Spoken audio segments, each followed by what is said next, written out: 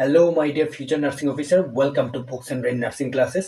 আশা করি আমার তৈরি করা ভিডিওগুলো আপনাদের আপকামিং ডাব্লিউবিএইচআরবির জন্য ভীষণ ইম্পর্টেন্ট হতে যাচ্ছে বা ইম্পর্টেন্ট হচ্ছে বা আপনাদের আপকামিং যে ডাব্লিউবিএইচআরবি এক্সাম আসছে সেখানে একটুখানি হলেও এফেক্ট বা ইম্প্যাক্ট প্রভাব ফেলছে।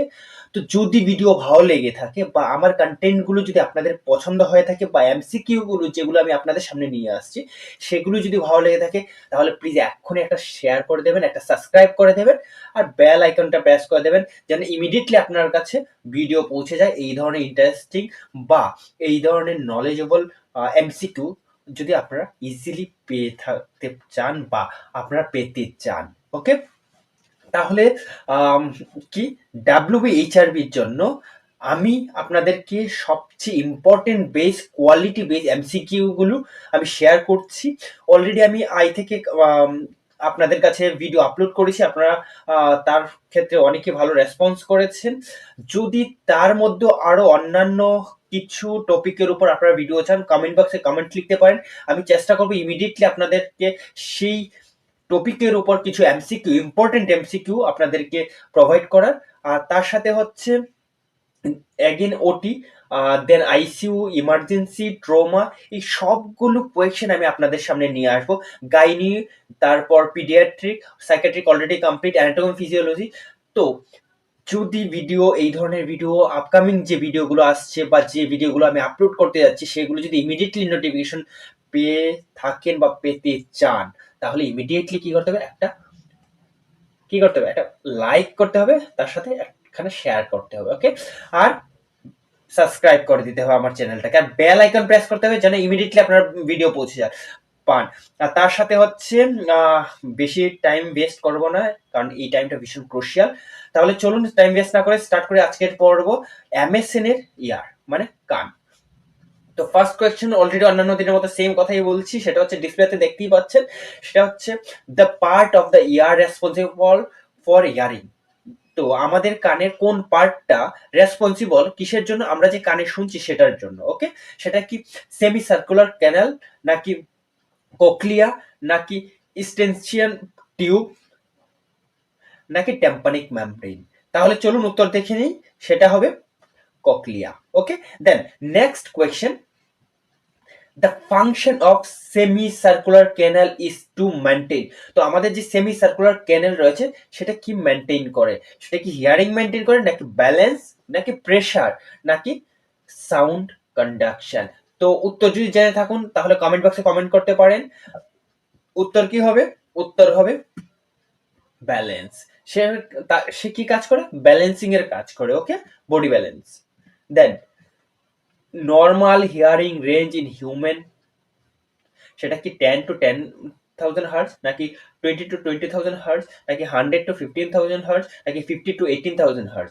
তো সবাই উত্তর জানে, আমরা ছোটবেলা থেকে এটা পড়ে এসেছি, সেটা হচ্ছে 20 থেকে 20,000 hertz.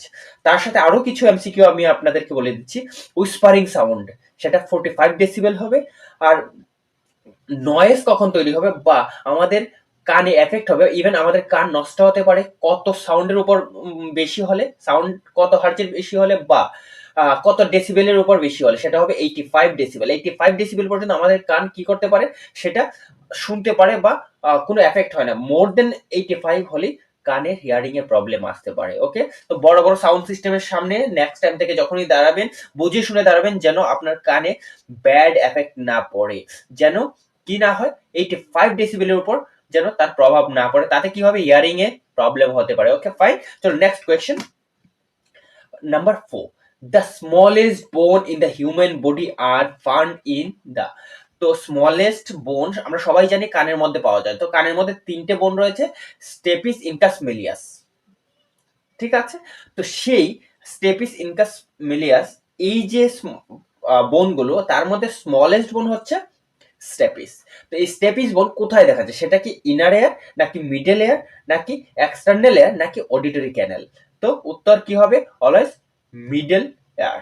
Okay, then question number 5, which bone is known as the stirrups bone? তো স্ট্রিরাপ বোন কি?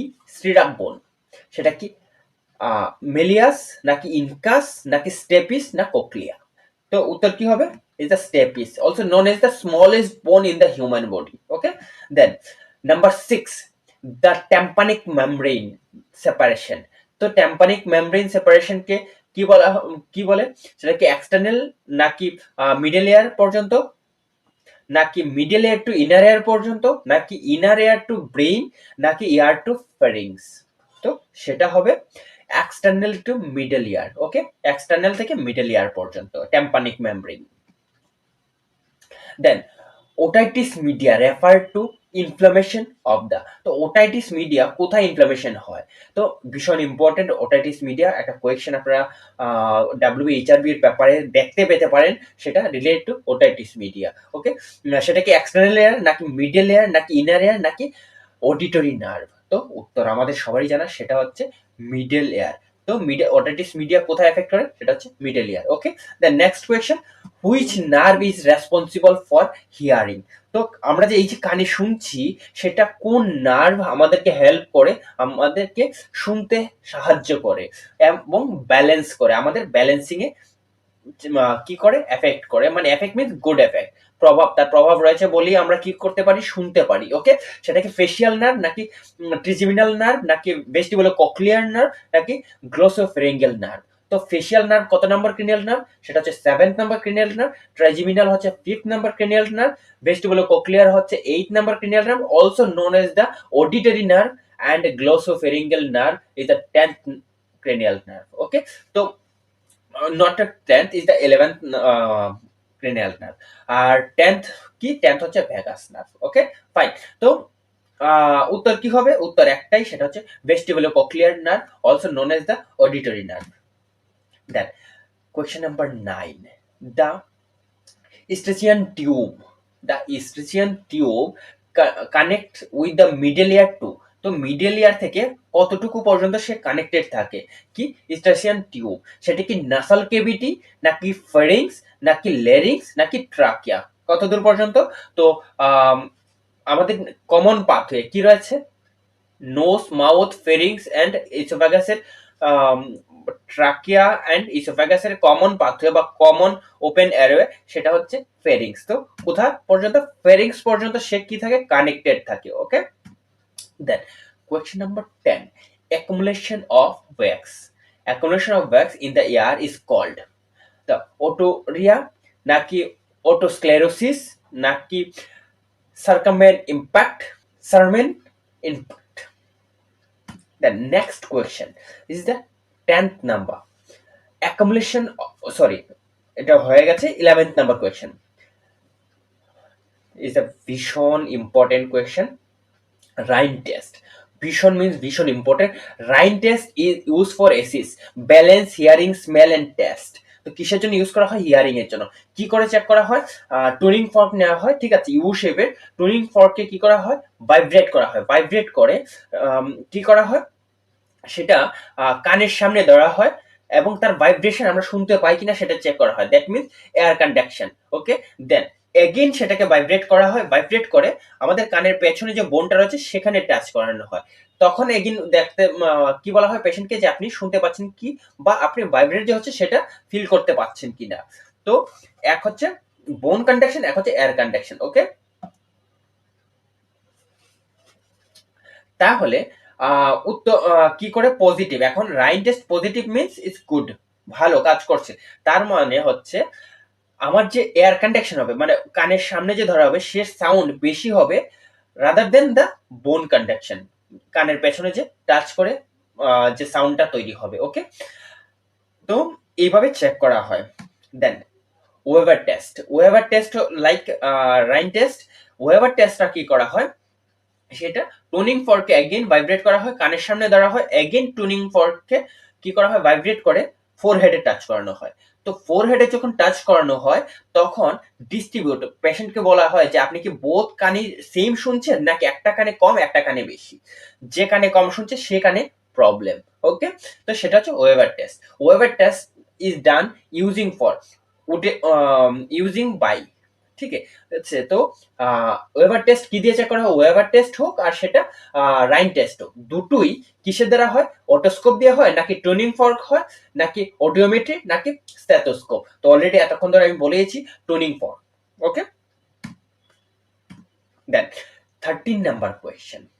Sensorineural hearing loss occur due to damage to the external ear, damage of external ear, নাকি middle ear, নাকি inner ear or auditory nerve, নাকি tympanic membrane? তো hearing loss কিসের জন্য হয়ে থাকে? সেটা হচ্ছে উত্তর inner ear and auditory nerve. Auditory nerve also known as the eighth cranial nerve. Okay, vestibular cochlear. Please note down করে রাখবেন, এইট ক্রেনিয়াল নার্ভ। ওকে, আর হচ্ছে দেন 14 নাম্বার কোয়েশ্চেন। আমার এই কন্টেন্টগুলো যদি ভালো লেগে থাকে তাহলে একটা শেয়ার, একটা সাবস্ক্রাইব এন্ড একটা লাইক করে দেবেন। আর সাবস্ক্রাইবটা প্লিজ এক্ষুনি করে নিন, না হলে পরে এগেইন ভুলে যাবেন, ঠিক আছে? আর এই ধরনের ইন্টারেস্টিং ভিডিও পেতে হলে বেল আইকনটা প্রেস করে দেবেন, তাহলে ইমিডিয়েটলি আপনার কাছে পৌঁছে যাবে এই ধরনের ইন্টারেস্টিং আর আপকামিং ডাব্লিউবিএইচআর এর জন্য যে ইম্পর্টেন্ট কোয়েশ্চেন বা কোয়ালিটি বেস যে এমসিকিউ গুলো সেগুলো পেতে হলে, ঠিক আছে? আর হচ্ছে আপনার কি বলুন তো, যদি আপনার কোনো সাবজেক্টে কোথাও উইক পয়েন্ট থেকে থাকে বা কোথাও মনে হচ্ছে যে এই সাবজেক্টের উপর আরেকটু যদি আলোচনা হতো ভালো হতো, তাহলে এখনই কমেন্ট বক্সে কমেন্ট করতে পারেন। আমি ইমিডিয়েটলি আপনাদের জন্য চেষ্টা করব কি নিয়ে আসার জন্য, সেই টপিকের উপর ভিডিও নিয়ে আসার জন্য। ওকে, তাহলে চলুন দেরি না করে অ্যাগেন স্টার্ট করি। The 14 number question, the organ of Corti is location in the, কোথায় লোকেটেড থাকে? সেটাকে মিডল ইয়ার, নাকি সেমি সার্কুলার ক্যানেল, নাকি ককলিয়া, নাকি অডিটরি ক্যানেল? উত্তর cochlea. Okay, cochlea is Corti's. দেন 15 number question, which condition is characterized by ringing in the ear? মনে হবে ছোট একটা মশা গুনগুন গুনগুন করছে, বা কন্টিনিউয়াসলি মনে হবে যে টেলিফোনের রিং, সেই পুরোনো দিন যে রিং হতো ক্রিং ক্রিং, মনে হবে যে একটা রিং হচ্ছে।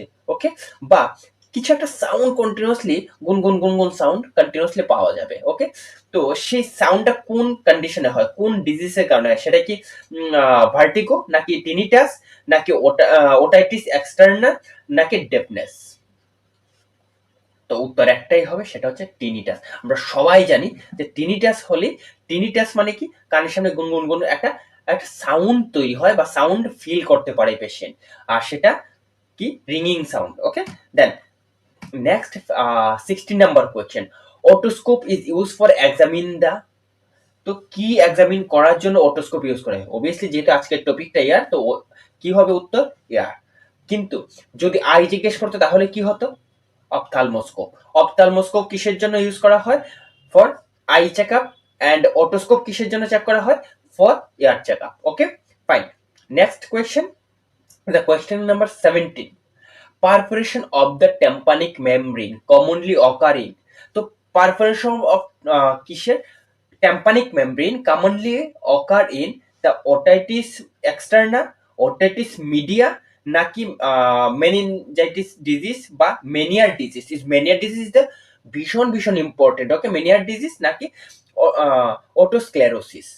তো কিসের জন্য হতে পারে পারফোরেশন? সেটা হচ্ছে ওটাইটিস মিডিয়ার জন্য। এই কোয়েশ্চেন রিলেটেড আরো দুটো কোয়েশ্চেন আমি আপনাকে বলছি, সেটা হচ্ছে যদি টেম্পানিক মেমব্রেন পারফোরেশন থাকে তাহলে ইয়ার ইরিগেশন মানে কানের ইরিগেশন ইজ দ্য কন্ট্রাইন্ডিকেশন। কিসের? The perforation of tympanic membrane. আর যদি পারফোরেশন অফ টেম্পানিক মেমব্রেন না থাকে তাহলে আমরা কি দিয়ে থাকি? এয়ার ইরিগেশন দিয়ে থাকি। আর এয়ার ইরিগেশনের টেম্পারেচার কি থাকবে সলিউশনের? Is the 100 degree Fahrenheit. Okay, please note down করে রাখবেন 100 ডিগ্রি ফারেনহিট, ভুলবেন না। এই ধরনের এমসিকিউ আপনাকে কি করতে পারে? কনফিউজ করতে পারে। কোথায়? ডাব্লিউবিএইচআরবি এর ব্যাপারে। তো ডাব্লিউবিএইচআরবি ক্র্যাক করতে গেলে প্লিজ নোট ডাউন করে রাখুন আর ভিডিও এন্ড পর্যন্ত দেখুন আর একটা সাবস্ক্রাইব করে দেবেন। ওকে, দেন চলুন next question. The function of ossicles is to maintain the balance, নাকি প্রোটেক্ট এয়ার, নাকি অ্যাম্প্লিফায়ার সাউন্ড ভাইব্রেশন, নাকি প্রডিউস সাউন্ড? তো ফাংশন অফ ওসিক্লেট, তো ওসিক্লেটের কি রয়েছে? মেনটেন ব্যালেন্স নাকি প্রোটেকশন অফ এয়ার? তো উত্তর কি হবে? Amplifier and sound vibration. Okay, amplifier and sound vibration. Important question. The question number 19, Meniere disease is very very important. Meniere disease, okay. Meniere disease is associated with, Meniere disease কার সাথে associated হয়? earwax নাকি vertigo and hearing loss নাকি ইয়ার pain only, যখন কানে ব্যথা হয় তখন, নাকি ট্যাম্পানিক মেমব্রেন রাপচার বা পারফোরেশন, ওকে, বা ক্র্যাক হয়ে যাওয়া, ফেটে যাওয়া, আমরা বলি না এয়ার ড্রাম ফেটে যাওয়া, সেটাকেই বলা হয়েছে ট্যাম্পানিক মেমব্রেন রাপচার। তো ট্যাম্পানিক মেমব্রেন আরেক নাম কি? Ear drum, okay. তো সেটা কি মেনিয়ার ডিজিজটা? সেটা হচ্ছে vertigo and hair loss, hearing লসের ক্ষেত্রে আর ভার্টিগোর ক্ষেত্রে এটা অ্যাসোসিয়েটেড হয়, ওকে। দেন 20 নাম্বার কোয়েশ্চেন, অলসো আমাদের এই এপিসোডের লাস্ট কোয়েশ্চেন। তো ভিডিও এন্ড পর্যন্ত দেখার জন্য আপনাদের সবাইকে ধন্যবাদ, আর পাশে থাকবেন, এইভাবে সাপোর্ট করে যাবেন, আর একটা শেয়ার এন্ড লাইক করে যাবেন, তার সাথে সাবস্ক্রাইব করে যাবেন, ঠিক আছে, আর বেল আইকন প্রেস করতে ভুলবেন না। ফাইন, ওকে, চলুন লাস্ট কোয়েশ্চেন, সেটা হচ্ছে the external auditory canal end with, the again external canal end with কিসের সাথে, মানে কোথা পর্যন্ত সে বিস্তারিত বা কোথায় গিয়ে শেষ হয়েছে, ক্যানাল ইন্ড এট দ্য কোক্লিয়া নাকি স্টাচিয়ান টিউব নাকি ট্যাম্পানিক মেমব্রেন নাকি সেমি সার্কুলার ক্যানেল। তো উত্তর কি হবে? সেমি সার্কুলার টিউব নাকি ট্যাম্পানিক মেমব্রেন নাকি ইস্টার্ন টিউব। তো সেটা উত্তর হবে ট্যাম্পানিক মেমব্রেন বা এয়ার ড্রাম পর্যন্ত, ওকে, ভুলবেন না। আর এই ধরনের ইন্টারেস্টিং ভিডিও পেতে গেলে একখানা লাইক শেয়ার এন্ড সাবস্ক্রাইব করে দেবেন, তার সাথে কমেন্ট বক্সে কমেন্ট করুন আপনার নেক্সট ভিডিও কিসের উপর চাই। আর পাশে থাকার জন্য সবাইকে ধন্যবাদ, থ্যাংক ইউ।